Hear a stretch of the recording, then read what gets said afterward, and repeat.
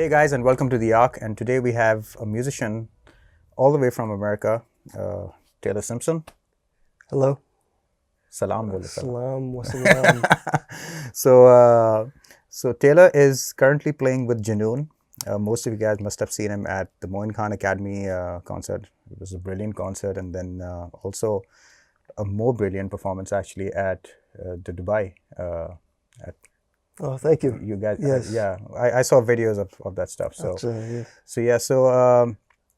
He's been here in and out of Pakistan quite a few times now for the past few years. Recently got married, so congratulations on that. Thank you. And he's actively been, doing a lot of studio work and a lot of local stuff in New York. He's based out of New York, and currently we had a very fun jam a few days ago out here. And some of you may have seen it on Instagram and Facebook. And again, Taylor is very, very social on Facebook. So I'll put the link in the description below if you want to check out some of his stuff that he does. And Taylor, so tell us a little about you. Tell us about what your life is like in America, what your life is like here now. How did you get here? Well, I got here through Junoon. My first time coming to Pakistan was for the Junoon reunion in 2018. And the way I got involved with Junoon is I went to high school with Salman Ahmad's sons. And so we were just naturally friends. We kicked it off playing music together in garage bands, and we were playing cricket on the streets and all that. Yeah. So we were just naturally friends, and it turns out that they were also my neighbors in town, like a 2-minute walk from my house. So I've known the family for a long time, and I got introduced to Pakistani culture, khana, food, and all that. That's great. Through them. And Salman was touring kind of solo in 2013.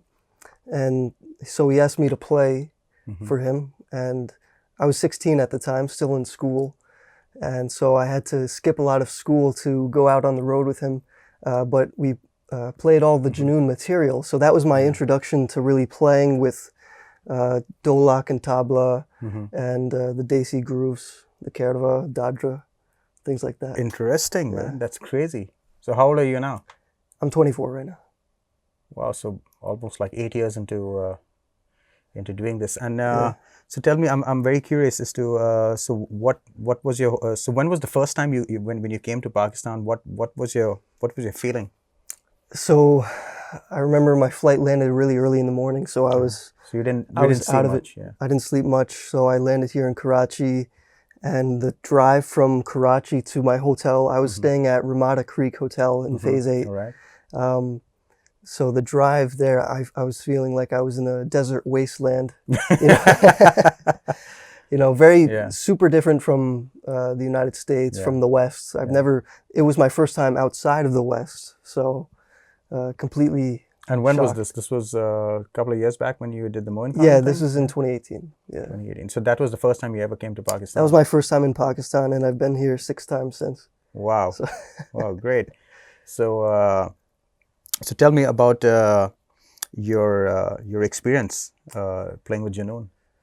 Well, it's been a great blessing to play with them. It was a high pressure situation, especially that first concert. Yeah. Trying to live up to the Junoon name and the drummers that have passed through that band, including yourself, Jay Didamo, and Malcolm. A few others, Malcolm Goves. Yeah. So it was great to get that experience playing a different style, but also playing in high pressure situations like that. Before that first concert, the reunion tour, it was either make it or break it type thing. So I was sitting in a really hot seat. So I just prayed before, went on stage, and I was like, left it up to God. That was the exact same feeling I had because, again, I replaced Malcolm. And for me, Malcolm was God, this drummer that was very active in the 70s and the 80s out here in Karachi. And he was phenomenal. He's like the master of reggae. Like he was really good. And then, I replaced him. And then while I was touring with Junoon, I met Jay. And then that was a completely turning point for me as a human being also, not just as a musician, because the way he was, he had this discipline about himself, and he had the chops. I mean, he played such Definitely. great piano, and then and I think you just recently bought one of his kits, Yes, right? so I own one of his older Gretsch vintage recording kits, Wow. who I bought actually through John Alec, Yeah. who had it at his studio for many years. Yeah, John Alec is Junoon sound engineer, and also their producer who produced the Azadi and Azadi Pravaz. and the Pravaz albums. Yeah. Yeah. So yeah, you were saying.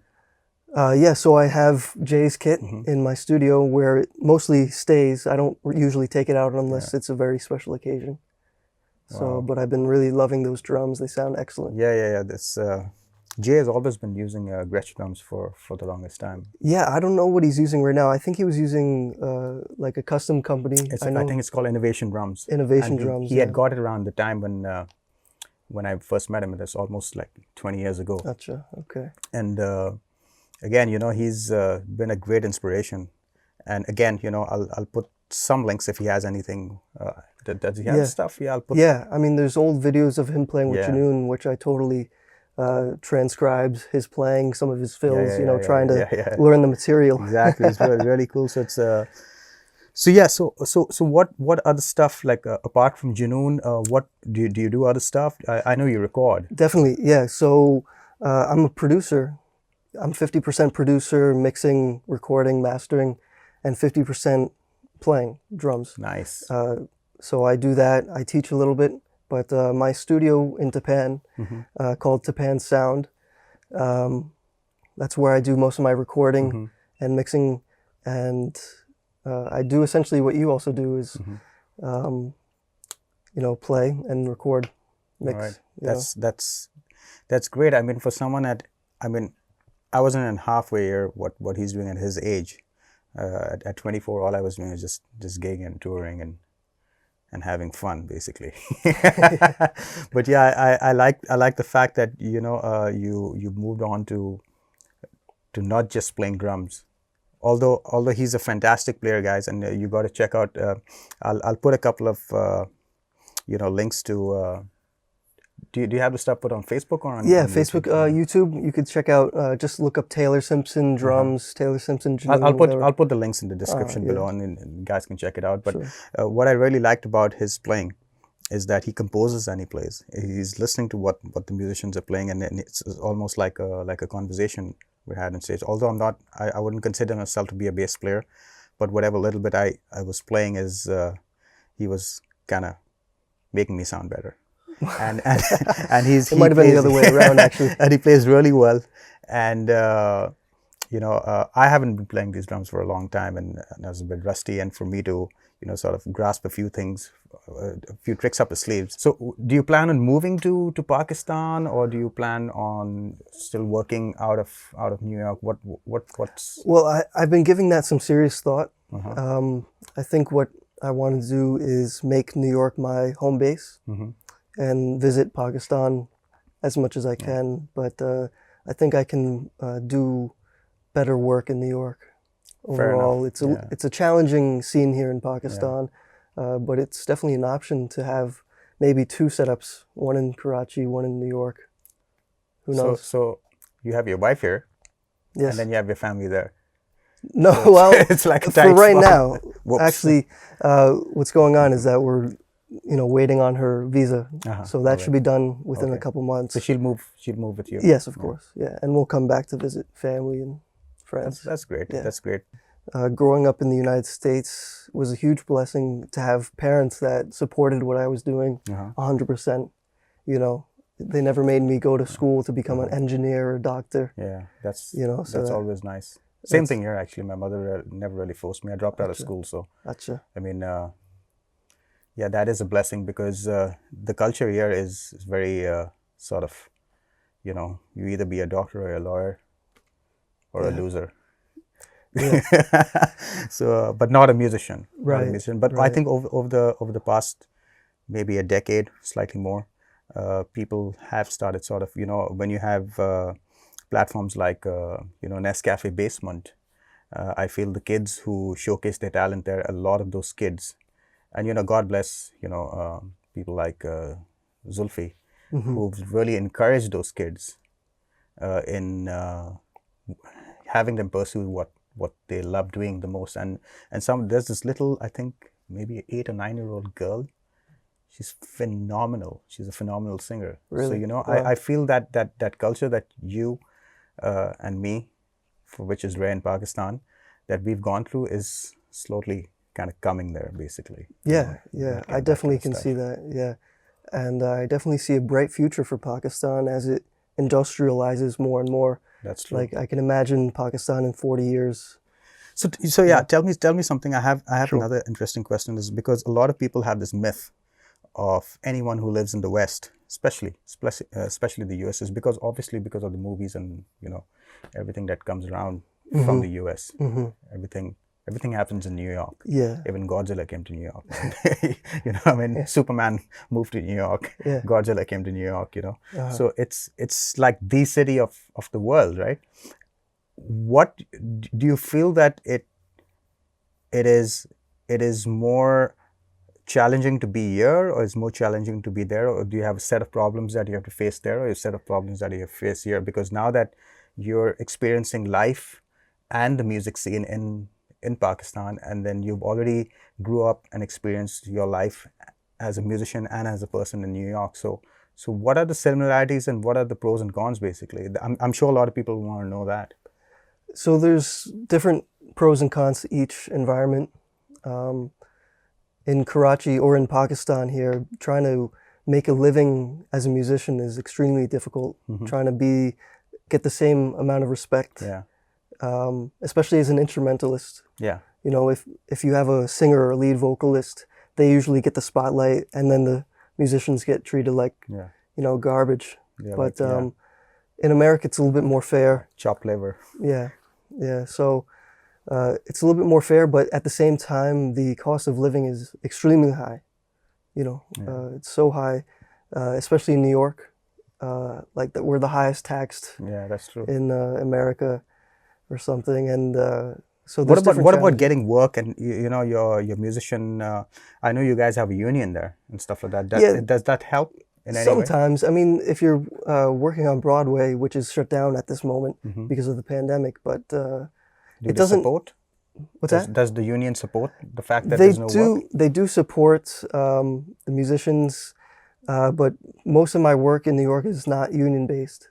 Oh, it's just select gigs. Okay, it's like, individual. Yes, that are union, and then you'll have a base pay, and then you might get extras if you conduct the orchestra or so it's kind of similar to what it is here, basically. I mean, the cost of living may not be as high out here for you because if you're converting it from US dollar to rupee, it's not as much. But for someone who's living here and earning that kind of money, living in Pakistan, it sort of kind of balances out the same kind of struggle that you guys would have there. And the reason why I asked this, I obviously know that most of my friends who live in New York also have these issues, but I feel that sometimes, and I would put myself in that category also, that I always felt that if I was out of this country, there was a possibility I would have had a better life. Yeah, I mean, better it's subjective, right? Exactly. It's subjective. Exactly. So, I mean, you'll have better air to breathe, that's for sure. Yeah. And a cleaner environment. So but maybe less hospitable people, and less Really? great food. Yeah. I mean, have you been driving around? Sure. Yourself? Yeah. You've been driving around? Sure. And you've never had any issues? Well, I've never had any issues here. Okay, so I guess long enough, if you stay here long enough, you'll understand the seriousness of road rage here. Well, no, I've seen road rage. Yeah. People getting out of their cars and getting into fights. So and there stuff. There you go.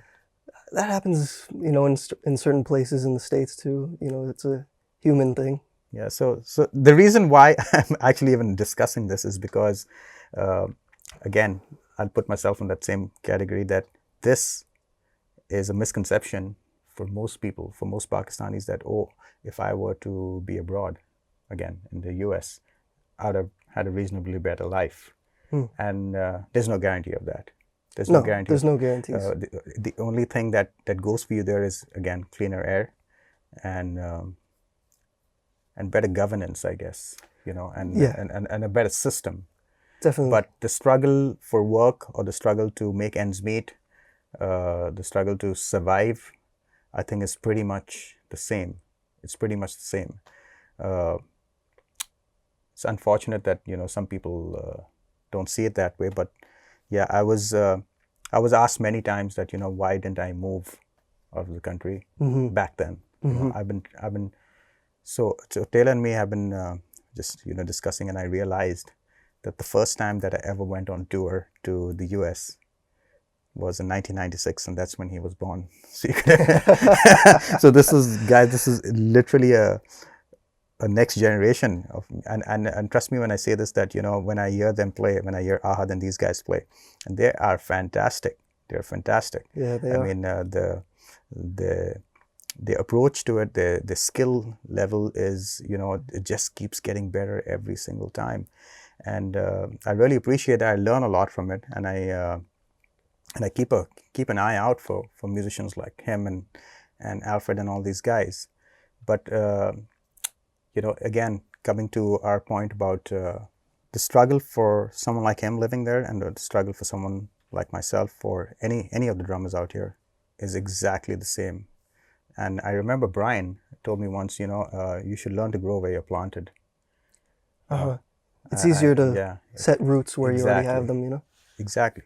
Great. So, man, this has been a great conversation, and awesome, this has been a great meetup. And this is the third time we're meeting. Yeah. And yeah, we kicked it off. Yeah, we kicked it off. Yeah. Great. And he was kind enough to get my drumsticks back also. We never met before this. I just put a thing out on Facebook. I actually messaged you.